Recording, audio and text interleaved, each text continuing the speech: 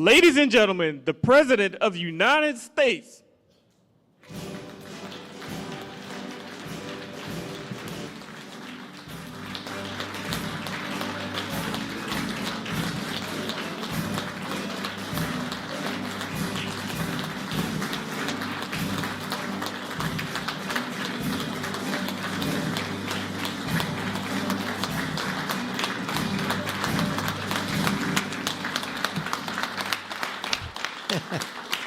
Thank you. Thank you very much. That was quite a formal entrance. I thought we were just going to sit down and talk a little bit. We talk about exactly 1 year ago we had that big, beautiful victory. Exactly 1 year. And last night it was, not expected to be a victory. It was very Democrat areas, but I don't think it was good for Republicans. I don't think it was good. I'm not sure it was good for anybody. But we had an interesting evening, and we learned a lot. And we're going to talk about that, and I'll say a few remarks, and then after that I'll ask the press to leave. The press has been very, very nice to us the last couple of months. They were great to us in terms of the foreign visits with China, Japan, South Korea, Malaysia, and they were actually terrific. So I want to thank you for that. I'm sure you'll get back to your normal ways soon. But we did a great job over in China. And we've done a great job in turning off wars. We stopped 8 wars. And we have 1 to go, as you probably know, and that'll get stopped also. But we've done a great job, so it's really been an honor to do it, and I did it with many of the people in this room. Every one of you I know, and every one of you I like. I like our leaders. I like everybody. But I thought we'd have a discussion after the press leaves about what last night represented, and what we should do about it, and also about the shutdown and how that relates to last night. I think if you read the pollsters, the shutdown was a big factor, negative for the Republicans, and that was a big factor. And they say that I wasn't on the ballot was the biggest factor, but I don't know about that, but I was honored that they said that. And I just want to thank everybody for being here, and a very special thanks to Vice President J.D. Vance, who's doing a terrific job. J.D., thank you very much.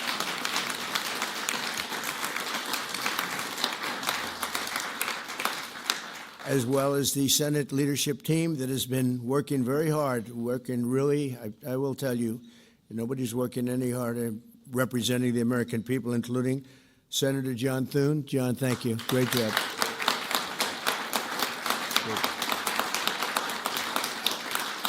Senator John Barrasso. John, thank you very much. Senator Tom Cotton, wherever you may be. Tom, thank you. Thank you, Tom. Thank you. Senator Shelley Moore Capito, who's been very involved. Thank you, Shelley. Senator James Lankford from one of my favorite states, 77 out of 77. I always say 77 out of 77. Reagan was 56. That was the record. We got every one of them. Thank you, James. And a fantastic friend of mine and an incredible advocate during the election a year ago, Tim Scott. Thank you, Tim. So as you know, we are in the midst of a disastrous Democrat-created government shutdown, and it is Democrat-created, but I don't think they're getting really the blame that they should. That's now officially the longest shutdown in American history. The Democrat radicals in the Senate have shown zero interest in reopening the government, and I don't think they'll act so soon. A lot of people disagree. I've been saying for the last 30 days, we've had 4 or 5 different points. Yes, sir, they're going to get it right now. We should have it done in a day. I've heard that about 4 times. I heard it after Kings. They said I was a king. And I heard it after Kings. I heard it after a couple of other moments in time. And I said, no, I don't believe so. And now I heard it's after the election. I don't believe so. I think they will. I think they're kamikaze pilots. I just got back from Japan. I talked about the kamikaze pilots. I think these guys are kamikaze. They'll take down the country if they have to. So I don't think so. Millions of Americans are going to be without SNAP benefits. And I will say about SNAP benefits, so when I was president, we had $7 billion worth, and now they have many times that, because these benefits were given to anybody that asked, and they're up to, I hear, just many times, $47 billion. So it wasn't the purpose of SNAP. It was for people that really had problems, down and out, people that really had problems. But during Biden, they gave it to anybody that wanted it. I think it's something you have to talk about because the numbers are incredible. But countless public servants are now not being paid, and the air traffic control system is under increasing strain. We must get the government back open soon, and really immediately. We have to get it up. We have the hottest economy we've ever had, and it's affecting the stock market now a little bit. But the stock market, as of Friday, has hit many record highs during the last 9 months, many. And it will again. This is just the beginning, because when these plants that are being built right now start opening up, we've never had anything like this. There's a boom. There's a construction boom right now, but that's going to be bigger than that. That's going to be an economic boom as soon as they open up, and it's going to be something special. We have car companies coming in. When I was in Japan, Toyota, Mr. Toyota, I said, "What's your name?" "Toyota." I said, "Oh, you're rich." He said, "How much of the company do you own?" 92.1%. I said, "I'm glad you said the one. He wants to be." I said, "You're a rich guy." And he said, "I'm investing $10 billion in the U.S. And you know who I'm talking about, right? You introduced me, Mr. Senator. You introduced me originally when you were the ambassador to Japan. He's still good. He's still strong. But he had no interest in investing in this country.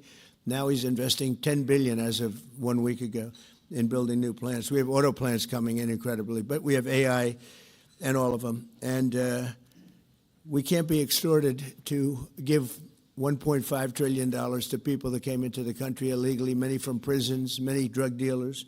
A lot of people came in from mental institutions. They want to give a lot of money to the people that came in illegally. We have to get them out. We can't. No country can sustain that.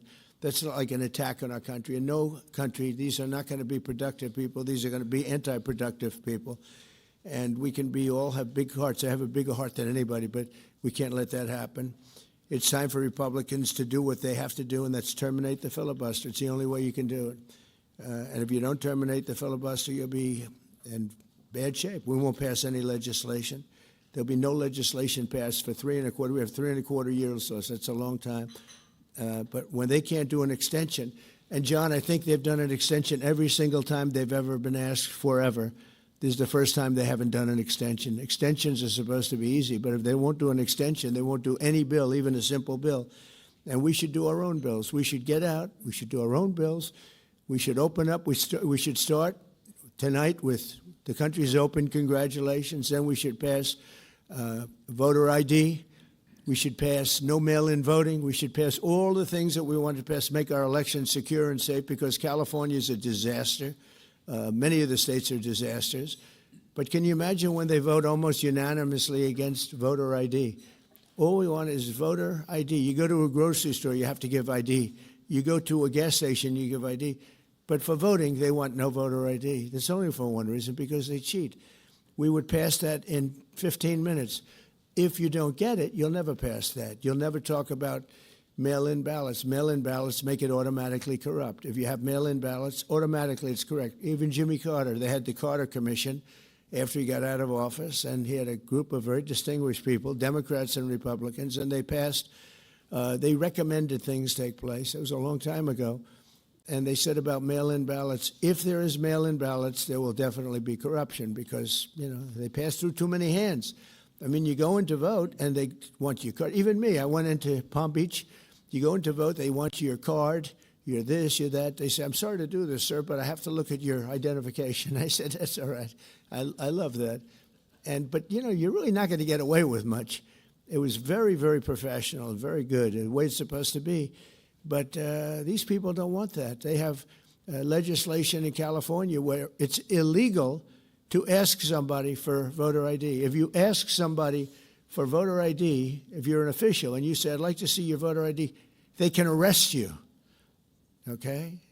They can arrest you because they want to cheat, and they get away with it, and the Republicans let them get away with it, and we won't do that if we have the filibuster. So we're going to talk about that a little bit, and we're going to see if we can sway, because I know we have a lot of, not a lot, I'd say half feel this way, maybe a little bit less than half, and it's time to have a really good talk. If I thought that they weren't going to pass the filibuster, I wouldn't even bring it up. They're going to pass it within the first hour. If they take power, and it's more likely that they take power if we don't do it, because we're not going to be passing any legislation. They're not going to approve anything. We're going to go 3.25 years. There won't be one bill that we're going to pass, because the easiest thing to pass is exactly right now what they won't pass. And they'll do that, and they'll wreak havoc. But let's assume they get in. They're doing it anyway, so it wouldn't matter. They're doing it anyway. And, you know, I have a case where I have great U.S. attorneys that can't be approved because of the blue slips. The blue slips, I think you should terminate blue slips, too. It's a mental termination because it's really a custom. But if you have a Democrat senator or two is bad, but it doesn't make any difference. If you have one senator writes a negative letter on some great U.S. attorney, we had it in Manhattan, Southern District, Jay Clayton, one of the most respected lawyers in the whole country, by far, one of the most respected, and couldn't get approved. The courts approved him. The courts couldn't believe it. They did it like instantly. He went to the best schools, got the best marks, top of his class. Everything was perfect. I mean, he was led the perfect life. Went to Sullivan and Cromwell. Almost immediately became the head of Sullivan and Cromwell. You know, the most prestigious law firm, I would say, in the country, just about. Whether it's Sullivan or two or three I could name, but Sullivan, I would say, really, maybe number one. He was the head of Sullivan and Cromwell for like 20 years. He went to the SEC, was flawless. He did it for me. He was the SEC chairman. He was flawless. Then he went to Apollo, where he was the chairman of Apollo, and was flawless. Everything went good. The stock went through the roof and everything. I asked him to go to the Southern District, and he said, "I'll do what you'd like to do, sir." This is a very high-quality person. But he couldn't get approval from Schumer. Schumer didn't approve him. The best student, the best schools, everything. He's like flawless. And the courts actually said, "You're not approving Jay Clayton," right, Lindsay? You heard this. The courts actually interceded, and they approved him. But that's an unusual guy. We have other people that are really good, but people don't know how good. Top students, top colleges, and they're U.S. attorneys, and they won't be approved. They're not going to be approved. We have one in Los Angeles who's phenomenal, but no, the senators, the Democrats are, you know, again, they're kamikazes. The Democrats are not going to approve them. Blue slips are a disaster.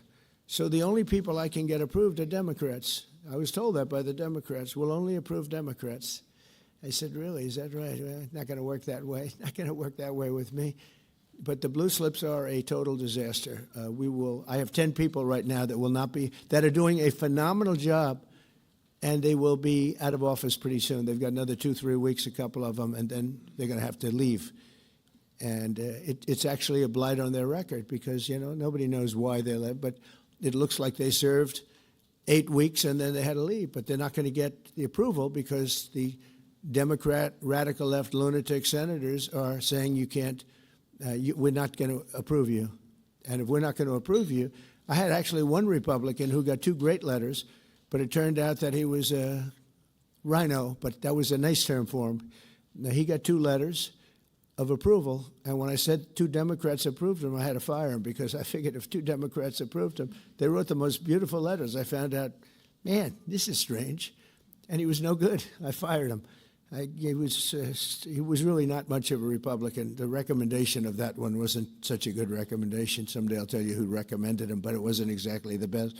But when I saw when I saw the 2 senators from Virginia gave him glowing marks, Tim, I said, let me see this. I read the most beautiful letters I've ever seen. I said, I called him up. I said, sorry, you're fired. Get the hell out of here.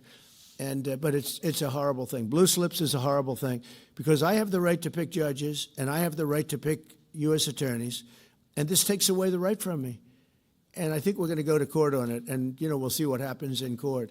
But it gives the president, it takes away the right of the president to pick people to serve on the court and to serve as U.S. attorneys, which is very important.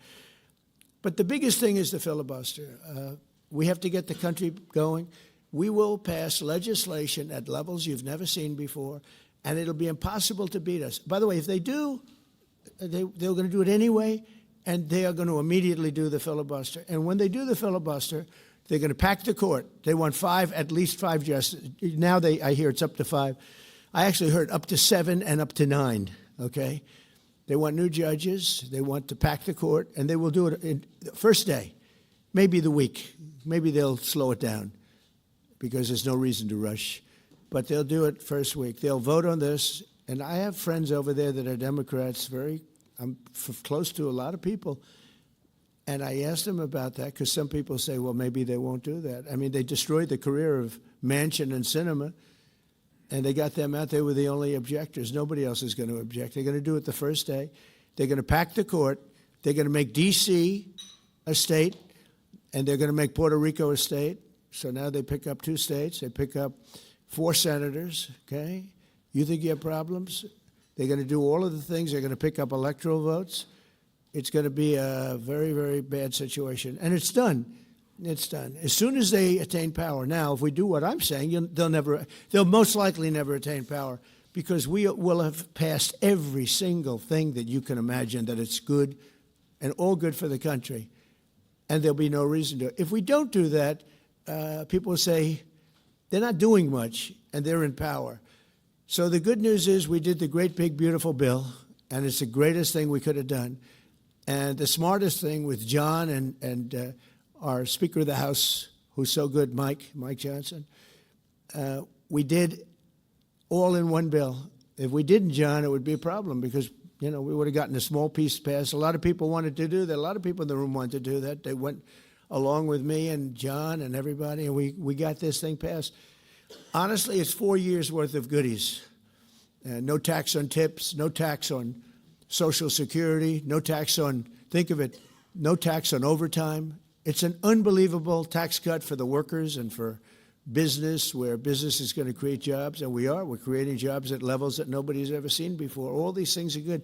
We have to be able to get the word out. If we don't get the word out, we'll make it a very big mistake. So I have this long, beautiful, and very boring speech. I won't bother reading it, but because we can just start talking, and I think it's very important. We have to get the country open, and the way we're going to do it this afternoon is to terminate the filibuster. And it's possible you're not going to do that, and I'm going to go by your wishes. You're very smart people. We're good friends, but I think it's a tremendous mistake, really. It would be a tragic mistake, actually. It's time.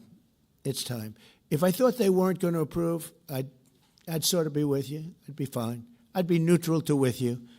But knowing that they're going to pass it as soon as they get any semblance of control, they'll pass it first thing, then it's like we have to do it first. And we have 2 years, and we'll end up with 2-3 years, and we'll have this country so perfect. We will have passed more legislation than any Congress and any group of senators or a group of congressmen, and we will get it through. They'll send it to us. We'll send it to them.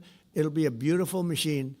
Otherwise, we're just going to sit around and argue with these people all day long, and they're highly unrealistic.